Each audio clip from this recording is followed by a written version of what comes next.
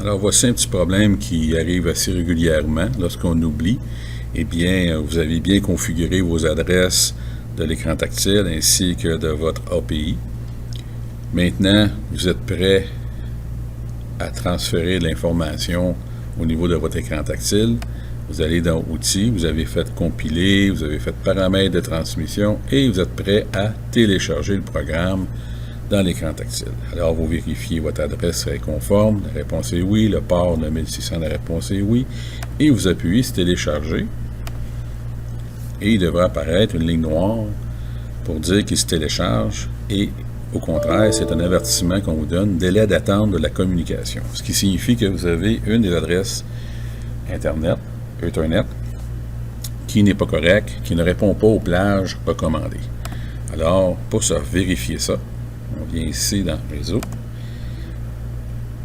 Vous allez faire Paramètres du réseau et Internet. On va aller dans Modifier les options d'adaptateur, Ethernet, Propriétés, Protocole Internet version 4.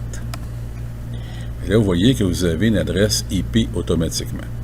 Alors, la solution, c'est d'utiliser l'adresse IP suivante.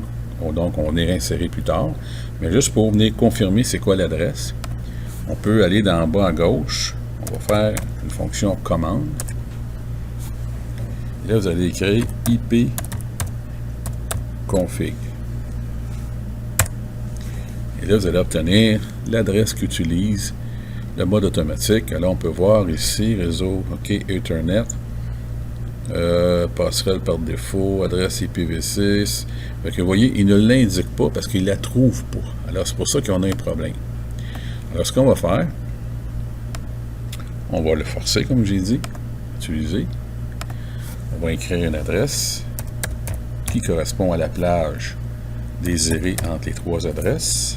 250. Évidemment, on n'utilisera pas les adresses de l'API ou l'adresse de l'écran tactile.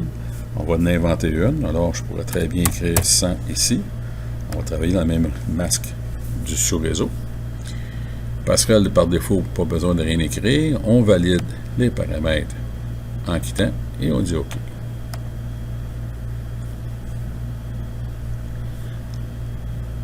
La nouvelle configuration va se réaliser, on ferme le tout.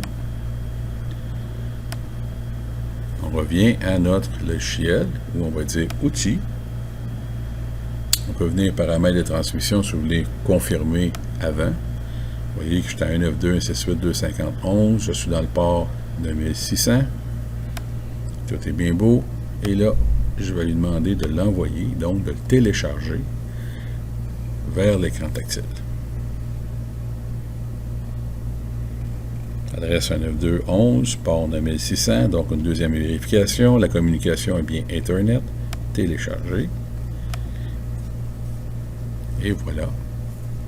Il télécharge le programme que vous avez fait à l'intérieur de l'écran et vous indique transmission réussie.